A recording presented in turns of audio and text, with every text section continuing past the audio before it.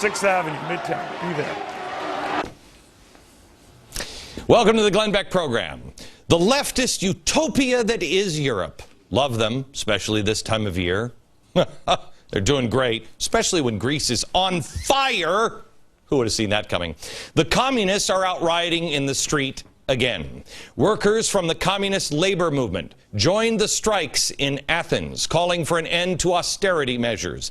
Gang, this isn't going to end well for Europe, and it isn't going to end well for us if we don't realize we're being played. It's the third major protest this year, and things haven't been going well.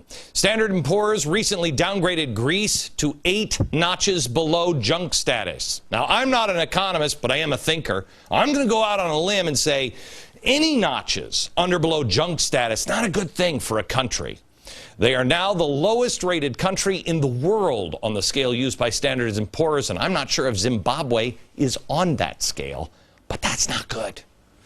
It's not good. In fact, it's so bad that even the philanthropist George Soros came out and said this: time is working against the Eurozone, and the chances of resolving the debt crisis are dwindling with each passing day. Oh, man.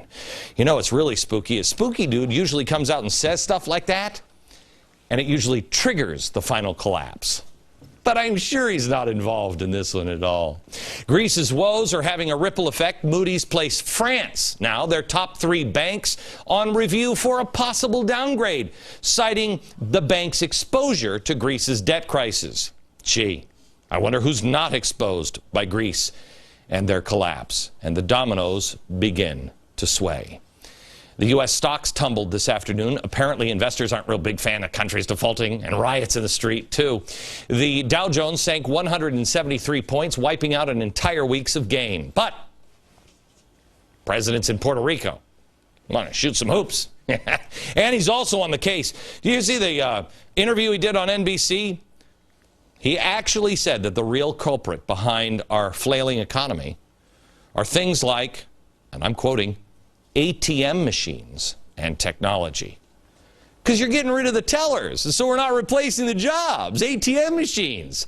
I had never heard of these newfangled automated teller machines. Are they like robots out on the corners? Hey, how much cash would you like? That's really? Darn, I hate all this new technology. You know, in businesses, making things more efficient. We got to stop that or something. Really sure.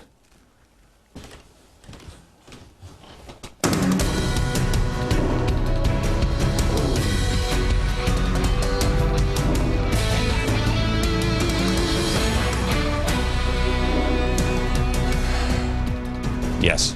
Hello, America. 12 more programs. 12 more programs. At the end of this one, 11 more episodes of this program on Fox. We're trying to use the time as wisely as possible. I'm trying to warn people what is coming and trying to get people to prepare before, quite honestly, I go build my own ark. You know what I'm saying? People called Noah crazy, too. Mm-hmm. At some point, he said, I got to stop telling you about it. I start hammering nails into an ark. There are people that want to transform America and the globe into something that it is not. They are going to, as I said, push the problems that we have as a country and push them up into the globe. It will not work.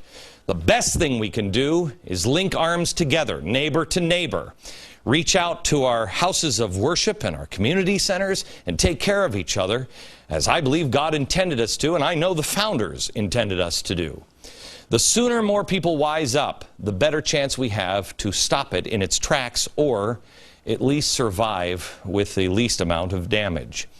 A growing number of people are, unfortunately, however, latching onto these globalist ideas. Yes, because I tell you something, it doesn't work on a national scale. Let's kick it up to the globe. because that'll be so much better, won't it? No, nothing really new, but it's picking up steam and it's building momentum in certain circles. The worst part is you may not even be aware of it, but groundwork is being laid. One of the main reasons for these same old tired ideas being revitalized is because those pushing globalism and government control on a global level have mastered the art of hiding it in plain sight and then just dismissing it as a joke. A great example would be this: the United Nations Earth Summit, Agenda 21. Yeah, that kind of sounds like Fahrenheit 451. I don't think that ended well. Agenda 21. They refer to it as sustainable development. Well, that sounds good. Gee, Wally, that sure sounds great to me. I mean, who's against development, especially the sustainable kind? Yeah. Yeah, you might change your mind when you hear a little bit of the background of sustainable development. Here's how Agenda 21 is defined by the United Nations. A comprehensive plan of action to be taken globally, nationally, and locally by organizations of the United Nations system, governments, and major groups in every area in which humans impact the environment. Wow, that's kind of broad. Now, it has been adopted by more than 178 governments. I believe there's only 191 on the planet. The United Nations had their big conference on the environment and development in Rio back in 1992, and that's when everybody jumped on board. But it sounds harmless. It's only Agenda 21. Yeah, go look this one up, because it's not so harmless. And it really, can I tell you something? You have to dig pretty deep into this thing. I mean, because look at all this. It doesn't get spooky until about here. Just section 1. Social and economic dimensions, which talks about the redistribution of wealth, changing consumption patterns, promoting health, I love this one, change population, and sustainable settlement. That's good. Then a little later, when it talks about the redistribution of wealth, which we all love, quote, developed countries and funding agencies should provide specific assistance to developing countries in adopting an enabling approach to the provision of shelter for all. So that's like guaranteed housing. Well, that's going to be great because the government's going to own all of our houses anyway because we're all going broke because of this. Reading through the pages, it becomes clear sustainable development is just a really nice way of saying centralized control over all of human life on planet Earth. That doesn't sound bad. It starts to make more sense when you see who's responsible for all of this. First, Gro Harlem Brundtland. I love her. I don't really know how to say her name because I don't know anybody who names their child with the first name G-R-O, Gro. But here she is, strong like bull. She happens to be the first vice president of Socialist International, which I read in Newsweek, we're all socialists now, just like Gro. Totally unrelated to her work at the UN is her socialist work, I'm sure. She's also really close friends with the Clintons. Oh, they get along so great. Where is she? Oh, there she is. Yoo-hoo! Right here. There she is. She's also active in the Clintons' Global Initiative. She's there for the annual meetings. Yeah. She was there when Hillary received a German Media Award in 2005. And here's Hillary wishing her dear friend happy 70th birthday. Watch. Here she is. As a former environment minister, a longtime advocate for sustainable development, and most recently as a United Nations Special Envoy for Climate Change. You helped set the stage for intensive diplomatic and scientific work being done on this issue today. Yada, yada, yada. Okay. Gro wasn't just there. Come on, she's being modest here. Gro wasn't just there. She coined the term sustainable development in a 1987 missive entitled Our Common Future. That was a piece that laid the groundwork for that's 92 Earth Summit. which, by the way, the 92 Earth Summit, the conference, you know who else was there? This guy. I love this guy. Love you, Maurice. Thank heaven for little girls. Wrong, Maurice. This is Maurice Strong. You might remember him from Crime Inc. Remember that? Yeah. He's a globalist. He was formerly of the UN. He was on the board of the Chicago Climate Exchange scam. He also has this crazy idea. He wants to have people, if you want to have a baby, you know how that works, right? Because I'm not going to tell you, but, I mean, it's pretty simple. Okay. He wants to make sure if you want to have a baby, you have to have a license. He also said the only way to save the world at this point is to have the industrial civilization collapse. So what could be nefarious about what's happening with India? What? It's about helping the planet. All right, so that's how Agenda 21 came to be. Strongly reaffirmed at the World Summit on Sustainable Development held in Johannesburg, South Africa in 2002. Why is Glenn Beck talking about Agenda 21? How does this matter to you? Well, there is a good chance now your local community officials are actively working on implementing this socialist-created redistribution of wealth, globalist scheme disguised, really poorly, as environmental crusades. And here's how they're doing it.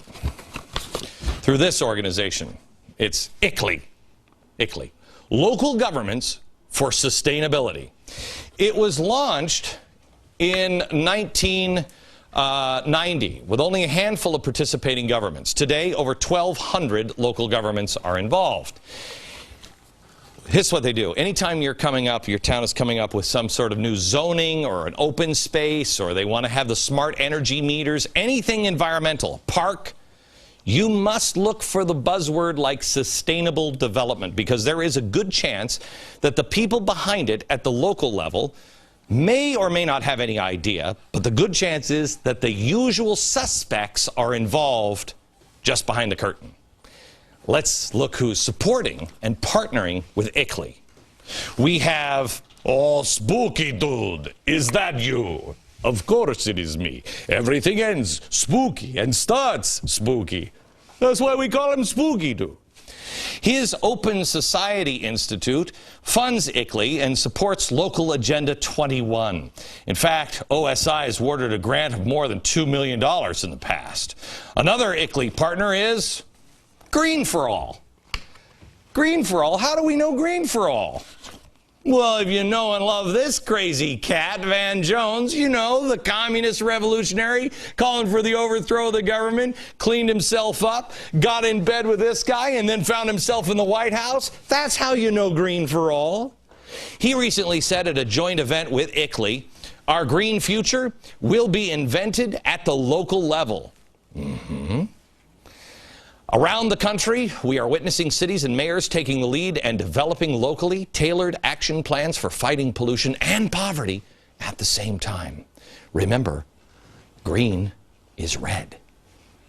Another ICLEI founding sponsor, you're gonna be so surprised because you've never heard of these guys before, the Apollo Alliance. You know the Apollo Alliance? Part of the Tides Foundation? The Apollo Alliance, the ones that gave us the stimulus bill. Yeah, that didn't really stimulate anything at all. Oh, okay, progressive causes is stimulating that. Yeah, wasted your money. But anyway, the chairman of the Apollo Alliance is Phil Angelides. He spoke at the ICLEI event and he said, quote, our dependence on oil is causing economic instability, warming of the Earth's temperature, and threatening our national security. Cities are at the forefront of the movement to forge a new economic strategy that is focused on developing clean energy sources of energy and millions of family-supporting jobs. If any of those family-supporting jobs would have worked, we would have done them because they tried to do them in Spain. It didn't work. I wish, truly, I wish this was about the globe. It is not. And of course, as we're looking at this board, no Crime Inc., family would really be complete without the Center for American Progress, which he's involved in this one, and this one, and this one. Yeah, there it is. Their partner, too. Quote, solving global warming means investing in new infrastructure and building strong communities and creating good jobs. Local governments are leading the nation into shifting to low-carbon economy today in the face of federal inaction. So the feds didn't do it, so that's why they're using the United Nations, and they're using your hapless mayor or city council. Most will have no clue as to what this really is. Those who do will say, oh, that's crazy talk. By the way, Center for American Progress receives money from the Tides Foundation as well. Guess who else Tide supports? These guys. But it doesn't stop there. No other supporters include this lady. Remember her? Annie Leonard. You know, the story of Stuff Lady. Oh, she's great. And she loves capitalism. She loves a republic. She loves our founders. Gang, whenever you start unraveling this, it's like an onion. You just start peeling the layers off, and it's always down to the same seed. It is, always. This is a massive movement, and its real intentions are being masked with environmental issues. The bad news is this structure was set up by those who want to establish a global government system. They've set this structure up years ago. This is why I keep saying to you, you don't have any idea how far behind we really are. But here's the good news. God is not uninvolved in man's freedom. We haven't been looking in his way for a very, very long time. We've screwed our country up. We've screwed up our lives, etc., etc. But he's not uninvolved in man's freedom, because man's freedom is going to be used for his purposes. I have no idea. I don't think it's building bigger houses or casinos, but I don't know what it is. But we have to be free. Man has to be free. The only reason we found out about this is because there are citizens paying attention to what is going on in their own local communities. We have been paying attention to Washington. We must stand guard on our own communities. Some people now have begun questioning and standing up to what on the surface seems like a harmless initiative just to save the environment. But it is not. Be awake. Spread the word. Watch your local community. The answer will be found with the individual. The answers and the solutions will be found in the local communities. But once they put their fangs into our communities, they'll suck all the blood out of it, and we will not be able to survive. Watch out. I told you before, and boy was I hammered for this. I know now why. When I first warned you about 1.5 years ago, watch the words social justice. It's like I said last night, Princess Bride. You keep using those words. I do not think it means what you think it means. They don't. Social justice. A lot of people interpret that in, it's what God wants me to do. Yes. But God wants you to render to Caesar that which is Caesar's. Jesus never said, take the coat off of your back and then give it to the government and have him divide it up and give it to other people. No, that's for us to do. Look for the buzzwords social justice and look for the buzzwords sustainable development. Some people involved may actually have a pure heart and believe in it the way you do. Most do not. Those who want more government controls are never going to come out and say it. They've got to trick you into it. But the more you follow the usual suspects, the more you'll recognize their hallmarks, and the more you can ring the bell and protect your own community. Back in a minute. Well, the results from the National Assessment of Educational Progress is in, and they are really good. I mean, if you define really good by really scary and pathetic. I'm not sure where the breakdown is, but I think it's time to say, doesn't matter. It's a major breakdown. Start from scratch. Are you ready? Only 20% of fourth graders performed at or above the proficient level for eighth graders, or for fourth graders. 8th graders, it's even worse. Only 17% at or above the proficient level. And for 12th graders, 12%. A country cannot survive. It cannot survive if we allow this to happen. Michelle Obama said Barack was going to change our traditions and history, and as crazy as that sounds, that ain't that difficult because no one knows it. If you don't know American history, how are you going to save the country? Why is it even worth saving? It's open game to anybody who wants to alter it. Don't think this is a coincidence. Let's look at a couple of the questions. I put one up on the chalkboard here. You tell me. Can you answer? This is for 4th grade. Write the letter each event listed below, correct square on the timeline. Jamestown, the year Jamestown was founded. That would be A. The United States Constitution was written. That would be B, 1787. Christopher Columbus sails to America. That'd be C. Abraham Lincoln announced the Emancipation Proclamation. I don't know. This one's already taken. Hello? Here's another one for 4th graders. What is the purpose of the Declaration of Independence? Remember, these are ones they didn't get. It explained how the new government of the United States would work. No. It explained why the colonies would no longer let England control them. It gave all men and women in the colonies a right to vote. It organized all the people in the colonies into one religion. No. I think that's SEIU. It's this one. B. Only 35% of 4th graders got this right. Next question for 4th graders. 1787 Constitutional Convention. Northern and Southern delegates debated whether or not slaves would be counted as part of the state's population. Disagreements over this question led to bitter tensions among delegates. To resolve the question, they referred to in the passage delegates agreed to: A, include all male slaves in population totals, include no slaves in population totals, count each slaves as 3/5 of a person in population totals, or count slaves in the southern states but not in the northern states. The answer is 3/5, but no one will teach the reason why. That was to help free slaves. 59% of 8th graders got this one correct. But if you ask them why, I can guarantee you 58% have no idea. 12th grade question. During the Korean War, United Nations forces made largely up of troops of the United States and South Korea fought against troops from North Korea and what? Correct answer, China.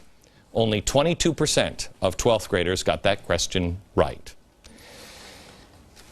America, the less we know and the less we teach our children, the more power we give to those who wish to challenge and change our lives, control our lives, destroy the Constitution and man's freedom. A lawyer does not go into a defense not knowing any of the facts of the case. How can we go into the trial of the Constitution and freedom without any of the facts? American history is on trial. Do we have the facts? If we fail to teach ourselves and fail to teach our children, we fail our founders, we fail our Constitution, we fail our God. Know your history.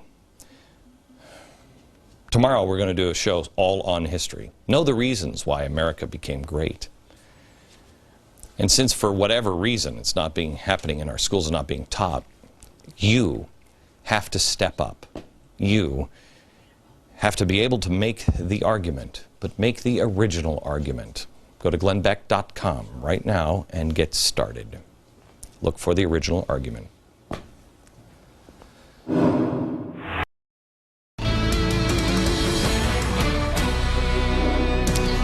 I've told you that I'm leaving this program in 12 episodes, 11 and a half episodes now. And it's because I am not going to talk about the problems every day. I'm going to start presenting solutions. And that's not what this network does. They make sure you understand the problem and bring you the news. I need to roll up my sleeves and get involved because I'm a citizen just like you. Well, one of the things that we've tried to do on this program is show you history. Like I told you, tomorrow we are going to do a program all on history. And I just told you a minute ago that kids, they don't know our history now. And some will say, oh, what difference does it make? So why is it important to know history? Well, because there's nothing new under the sun. One of the reasons why we have such a good track record on predicting the future is because we know history on this program. It repeats itself. There is no problem that we're facing today that humanity hasn't faced in the past. Well, except maybe the fact that my kid won't stop playing Angry Birds. Technology changes. But the basic issues that we are facing now as humans, we have always faced. It's a cycle. Man falls asleep. He gets greedy. It brings repercussions. Then, freedom is taken away. He falls into slavery. He wakes up, works hard, fixes it, finds God, and the process begins all over again. It's the same story over and over. Our founders were not just wig-wearing candle makers with big, long pipes. Okay, I don't think that was one of our founders, but they were the Steve Jobs and the Bill Gates of their day. Several of them were brilliant innovators. But combined with that, they were also political visionaries who studied history. They didn't just come up with this system. They looked at history and the patterns of man. I've shown you tonight that revolutionaries, and they are rioting in the streets of Greece, and they are also headed here. Our founders saw that problem, and they wrote about it in something called the Federalist Papers. But if you've ever read the Federalist Papers, they're impossible to read. When you read it, they sound like an old dusty document with some old dude in a how's he moving? Some old dude in a wig that would say something like this. Among the numerous advantages promised by a well-constructed union, none deserves to be more accurately developed than its tendency to break and control the violence of faction, the friend of popular governments. Do you have any idea what he just said? Of course they do, Glenn. I put it so succinctly. Right. You can't get through this. You can't. So you have to be able to read it and then put it into today's language. And basically what they were saying, I don't think he was, but what they were saying was, violence always comes. That's what I just said. Thank you. Pipe down. Even to the most well put together of nations. But it's inevitable that from time to time, special interest groups will become so passionate over some issue, they'll all unite, and they will go against the rights of the rest of the citizens, or even go against the good of the nation. And violence is the enemy of popular government. You know, I think I've heard you say that on this very program, which I've watched often. Why is he still... I don't know why he's still talking. Our founders knew that the aim of these factions would be able to create an outcry from the people, to have the government stop the violence. However, you going to arrest them? Are you going to remove their liberties altogether? Surely not. All right. Are you going to use social justice so people have equal access, ideas, and opportunities? Good heavens, I hope not. Actually, these guys in the wigs actually did address social justice, right? Exactly. Yes, right. We did. Yeah. Right. Mm-hmm. But not the way you think. Trouble that. Pardon me? Trouble that. What does trouble that mean? That is trouble. Trouble. See, you can't understand what they're saying because they're wearing white wigs and smoking pipes. The idea that social justice was addressed by these guys is pretty amazing. Believe me, I know that sent a frenzy over at Media Matters. So what do? Do we see anybody uniting over a common passion? Well, we just saw that, a huge dose of it in Wisconsin, labor protest. We see it with SEIU organizing against the banks. The banks that received bailouts because we didn't listen to our founders. And now people think the banks are greedy and they're not paying their fair share. Yes. Some are, some are not. But violence, it's coming to America if we don't pay attention. So far, we've been mostly fortunate here, but Europe is ahead of us on this, using violence to promote a common passion. Today's riots in Greece show exactly what could be coming our way. don't go anywhere, because I shan't. Don't go anywhere, because I'll show you exactly how this guy, not this guy, solved the problem. Next. Look a little bit at one of the solutions, and the solution is to educate ourselves. We've been talking about the Federalist Papers.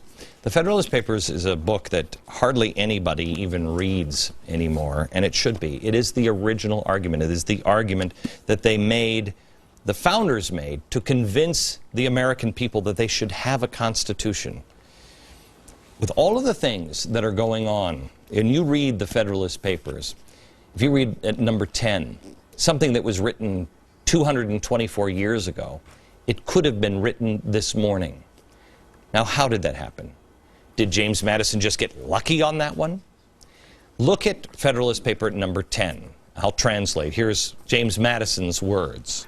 Theoretic politicians who have patronized this species of government have erroneously supposed that by reducing mankind to a perfect equality in their political rights, they would, at the same time, be perfectly equalized and assimilated in their possessions, their opinions, and their passions. Right. I would have to read that like 4 times, and it goes on. He's just like this. The Federalist Papers. What is he saying there? The founders believed that the people, all people, have different abilities and ambitions, and there's no guarantee of equality of outcome. It means... Quite right. It means that things are going to look different for each of us. It doesn't mean that everybody's checkbook looks the same in the end. Well, of course not. We didn't even have checkbooks in my day. What did you have? ATMs. It means that your house may be bigger or smaller than mine, depending on how hard you work, I'm guessing smaller. your education level, and your ambition and your goals. We're going to have different houses. We're going to drive different cars. Your wife's ring is not going to be the same as the other guy's wife's ring. And it also doesn't mean that you have a right to health care or even higher education. This country was built on a foundation of treating everyone equally and giving everyone equal opportunities, not guaranteeing equal outcomes. It was, quite honestly, it was based on this. Where's he going? I Excuse hate me. it when he gets up and starts prancing about like that. Based on this. This is George Washington's original. This is the original Purple Heart. The merit badge. It was based on merit. You have to be a person of merit. You have to do something. You have to earn it. But you also have to have an opportunity to be a person of merit.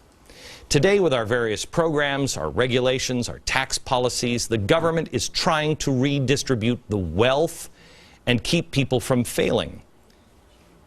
They're going to fail. I have a right to fail. Quite honestly, it is in my failing that I found my salvation. It is an effort to make everyone equal in their possessions, and it is wrong. We see it with Obamacare. We see it, watch this, from the president in higher taxes for the wealthy. As a country that values fairness, wealthier individuals have traditionally borne a greater share of this burden than the middle class or those less fortunate. Okay. As usual, the president sets out a false premise and expects you to buy in. He says traditionally. When did that start? It started under Woodrow Wilson. It's a progressive income tax. There's nothing in the Constitution that sets a standard for the rich to bear a greater burden. In fact, it's quite the opposite. Equal protection, equal justice, not social justice. Now, the reason why this system gets cold-hearted is because we have strayed away from the path of being people of decency and merit. We have strayed so far from the original intent and what kind of people that we were supposed to be. We are so far away from the original intent and the original argument that last week, J.P. Morgan Chase, the head, Jamie Dimon, asked Fed Chair Ben Bernanke whether we're preventing our economy from even growing at this point. Watch. Now we're told there are going to be even higher capital requirements, so-called SIFI charges and G-SIFI charges, et cetera, and we know there are 300 rules coming. Has anyone bothered to study the cumulative effect of all these things? And do you have a fear, like I do, that when we look back and look at them all, that they will be a reason that it took so long that our banks, our credit, our businesses, and most importantly, job creation start going again? Is this holding us back at this point? I don't think Ben Bernanke understood it. Let me show you one more example from Federalist Paper number 10. Madison wrote this. Complaints are everywhere heard from our most considerate and virtuous citizens, equally the friends of public and private faith, and of public and personal liberty, that our governments are too unstable, that the public good is disregarded in the conflicts of rival parties, and that measures are too often decided not according to the rules of justice and the rights of the minor party, but the superior force of an interested and overbearing majority. I didn't get a word of that, did you? Or I didn't. Let me translate. While the American Constitution makes many valuable and admirable improvements on both the ancient and modern models of popular government, a republic, a democracy, it would be untrue and unfair to claim that under the Constitution that it would prevent these dangers as well as might be hoped or expected.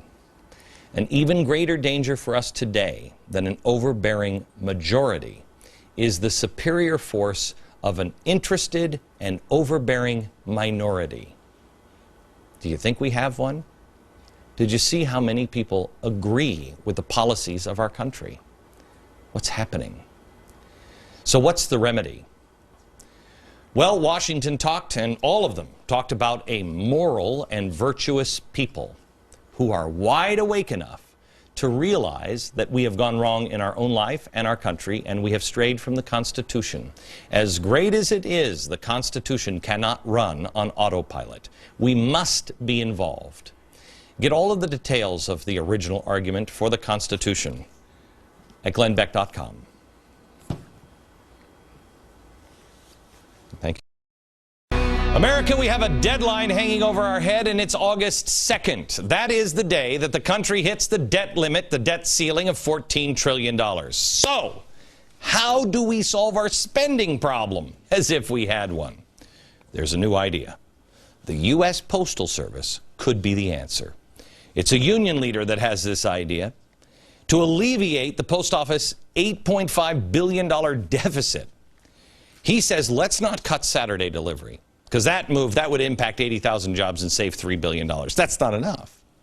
He says, the president of the National Association of Letter Carriers, that we should consider a new idea, like conducting the census 10 years down the road, or national polling, or delivering medications, or helping law enforcement in a number of ways. Ooh. If we could give them a badge and a gun, wouldn't that be great? Specifically, he suggested adding sensors to the postal trucks to detect biological terror threats. That sounds cheap. He says, quote, they can work with Homeland Security to detect things that are in the air. Wow, that is awesome. If we could just give our postal workers AK-47, wouldn't that be great? Give them handguns, a badge, some metal detector thing, and they can sniff out the mail and everything. The mailmen can fight crime. They can stop terrorists. We can maybe get rid of our firefighters too, because they can fight fires. They're in the neighborhood. Why don't we have them pick up our garbage too? We wouldn't need garbagemen, firemen, police, nothing. We'll just make them members of Homeland Security, because after all, they're already out on the streets. They see everything. All these people are losing their jobs. The mail carriers would be a force of 200,000. Think about it. 100 cities cutting cops because they can't afford it. But now we make the letter carriers, Department of Homeland Security officials, 200,000 sets of eyes. It'd be like having a civilian force that would be just as powerful, just as strong, and just as well funded as the military. We cannot continue to rely only on our military in order to achieve the national security objectives that we've set. We've got to have a civilian national security force that's just as powerful, just as strong, just as well funded. We should think about that. Yeah, we should think about that.